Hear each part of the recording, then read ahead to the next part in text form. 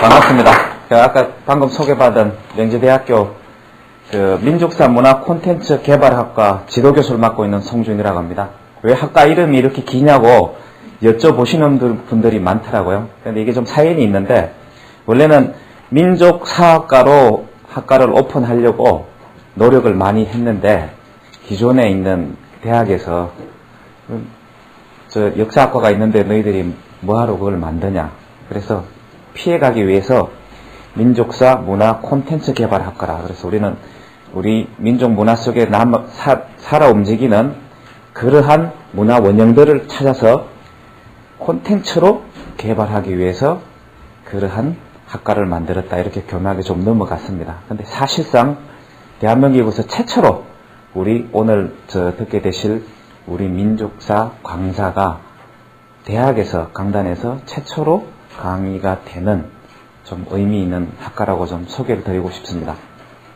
오늘은 사실은 이제 선문대학하고 그 다음에 저희 명지대하고는 이게 전략적 그 제휴 관계에 있습니다. 그래서 우리 민족 정기를 바로 잡고 올바로 된 우리 역사를 교육하자는데 공통된 목적을 가지고 조만간에 전략적 협정도 체결을 하려고 하고 있습니다. 그러면 오늘 강의를 시작하도록 하겠습니다. 오늘 제가 준비한 자료는 과학으로 밝혀진 우리 고대사, 그 다음에 소부제로 치유한홍으로부터 고구려 영계소문까지라는 부제를 붙였습니다. 역사적 연원을 쫓아 올라가자면은 우리는 세계사를 교육을 받습니다. 그렇다면은 그 이집트 민족이 피라미드를 건설할 당시가 기원전 몇 년도인지 아시는 분 혹시 있습니까? 피라미드가 언제 건설됐죠? 지금 기원전 3000년 정도 되거든요. 근데 이제 실제로 우리가 세계사 공부해 보다 보면은 이집트인들이 피라미드를 건설한 것은 BC 2700년 정도에 피라미드를 건설합니다. 그러면 그것은 곧 기원전 27세기 정도 경에는 이 지구상에 돌도끼 들고 다니면서 짐승 잡아먹는 미개한 부족들이 있었던 게 아니라 고도의 건축 기술을 가지고 있었던 그러한 민족들이 이집트 쪽에는 있었다는 얘기죠. 그러면 동양에는 과연 어떠한 역사가 있었겠느냐? 이것을 증빙해 가는 것은 이집트인들이 피라미드를 건설했다고 하는 것은 기원전 27세기에 건설한 피라미드가 남아있기 때문에 우리가 믿는 것이죠. 그렇다면은 동양에 그거보다 더 뛰어난 역사가 있었다고 가정을 한다면은 그것을 우리가 어떻게 증빙을 시켜서 실제로 그러한 역사가 있었겠느냐라고 증빙하는 게 굉장히 어려운 문제입니다. 그래서 오늘 저랑 우리 고대의 역사에는 과연 어떠한 일이 있었는지 하나하나 추적을 해가는 과정이라고 생각하시고 끝까지 이 강의를 듣고 나시면은 어느 정도 윤곽이 잡히게 될 겁니다.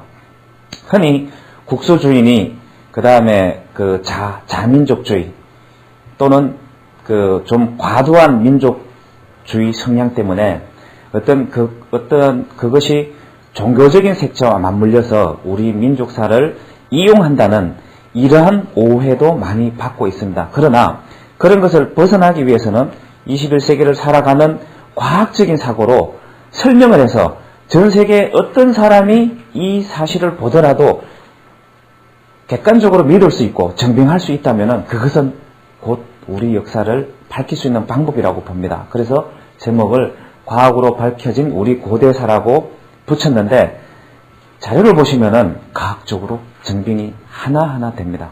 지금부터 그 역사 속으로 같이 한번 참여를 해보시죠.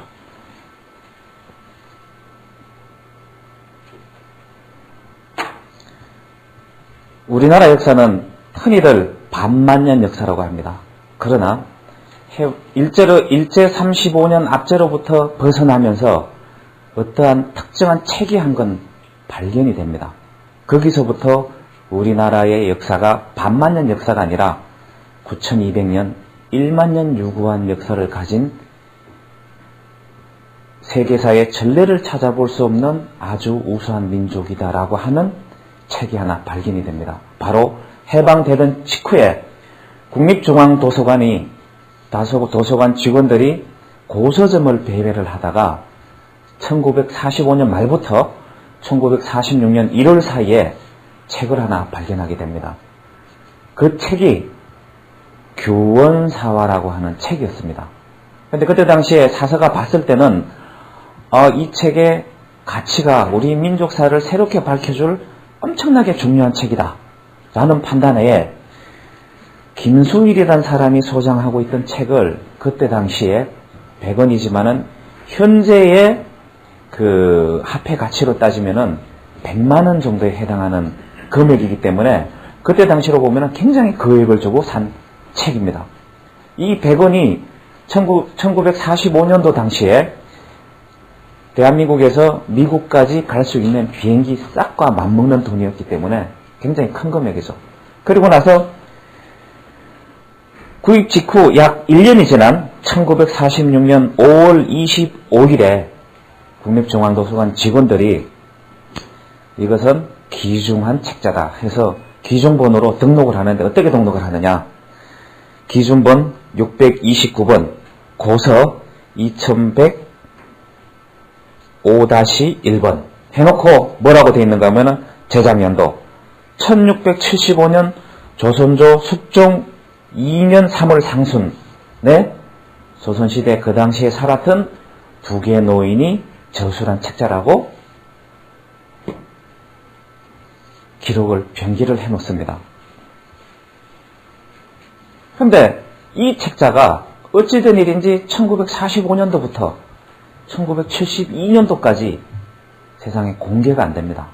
그런데 1972년도에 문화재위원 세 분이 계셨습니다. 그분이 이가원, 손보기, 임창순이라고 하는 국내에서 학계에서 가장 유명하셨던 문화재 심의위원들이 1972년 11월 3일 날 이 책을 다시 재감정을 합니다. 진짜 진모이 맞냐?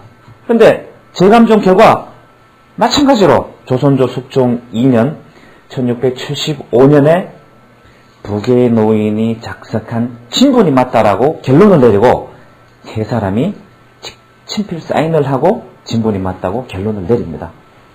근데 1972년도에 다시 재감정을 받은 책이 1989년도까지 또 세상에 공개가 안 됐어요.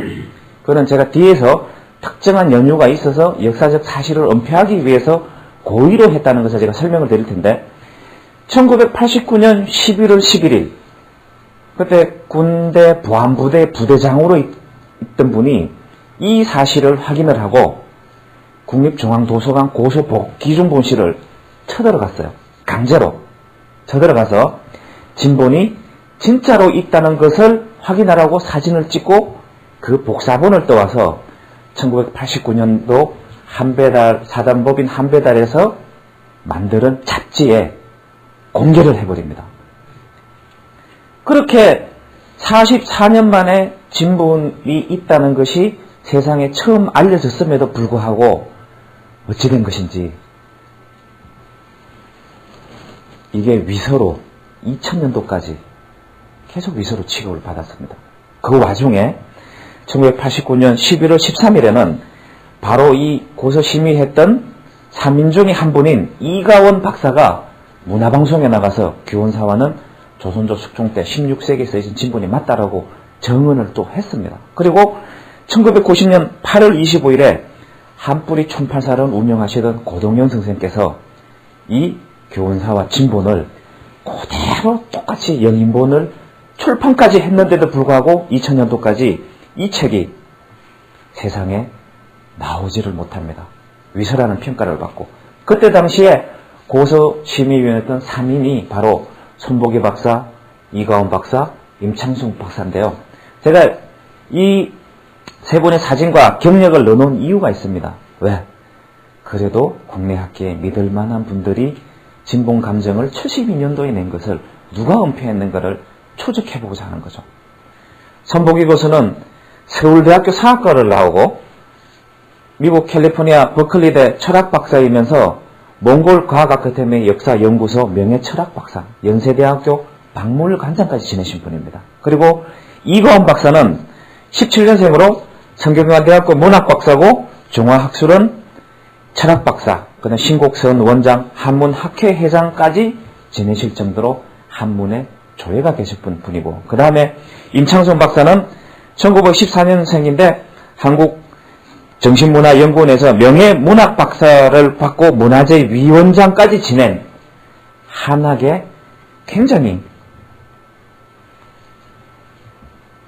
국내에서 초앙을 받던 분이셨습니다. 이게 바로 1989년도에 사단본 한배달에서 국립중앙도서관 기중본실을 쳐들어가서 찍은 교원사와 진본 사진입니다. 여기 보면은 교원사와 서라고 돼 있고, 여기에 국립중앙도서관에서 찍은 요 도장, 관인 도장이 보입니다. 진본이라는 의미죠. 자, 요것은 한뿌리 출판사 고동현 선생이 국립중앙도서관에 있는 교원사와 진본을 그대로 영인한 책자 표지고요. 그 다음에 요것은 그때 당시에 사단법인 한배달에서 갔을 때 국립중앙도서관 사서가 카피를 해준 진본 카피본입니다. 이거 보면은 국립중앙도서관 여기 김정자라고 하는 분이 카피를 해줬다는 확인과 국립중앙소장 진본이라는 관인 도장이 찍혀 있습니다.